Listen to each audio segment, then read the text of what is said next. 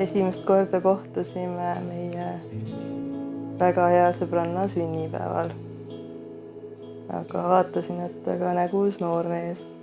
Aga sel ajal ta tundus ikka väga vana. Ta oli 24 siis. Ma ise olin 19.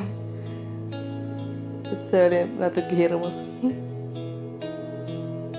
Eks ma vaatasin kohe, et üks hästi lõbus, valjult naerev tütarlaps seal laua taga istus ja siis hiljem läksime kõik koos peole ja siis me juba tantsisime koos.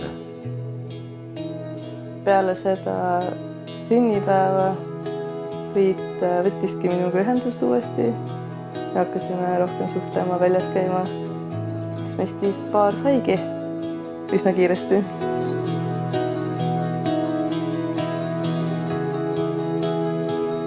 Mis mind tema juures köidab? Tema ilus välimus muidugi, tark ja kõik, kogu see komplekt nagu.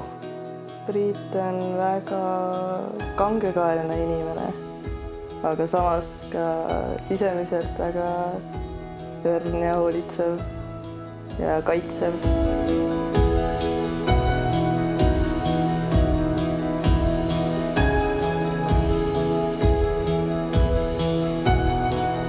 Me olime terve suve olnud koos nagu juba ja siis ta ütles suve lõpus, et ta ei kujuta ette, kas meil nagu tulevik on, et ta läks nagu Tartusse ülikooli.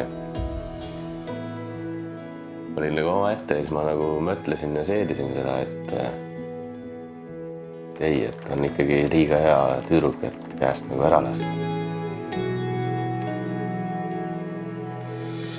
Peale seda, kui ma ülikooli läksin, siis Priit tegi ka keskkooli eksamid uuesti, läks õhtukooli, et ta saaks tulla ülikooli Tartusse minuga koos.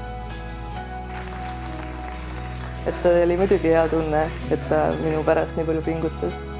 Ja nii me koos siis käisime seal, elasime tudengielu 5 aastat.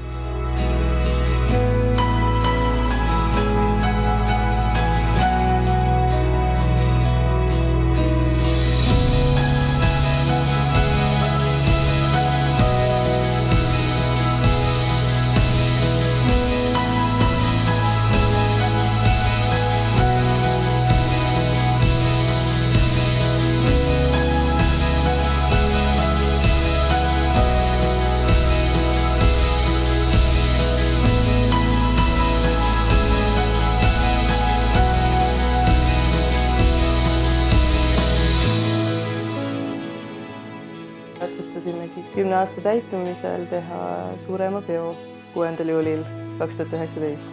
Sellist kihlumist tegelikult polnudki õieti. Käisime saunas ja mõtlesime, et teeme ära. Siis tegime asja ametlikuks.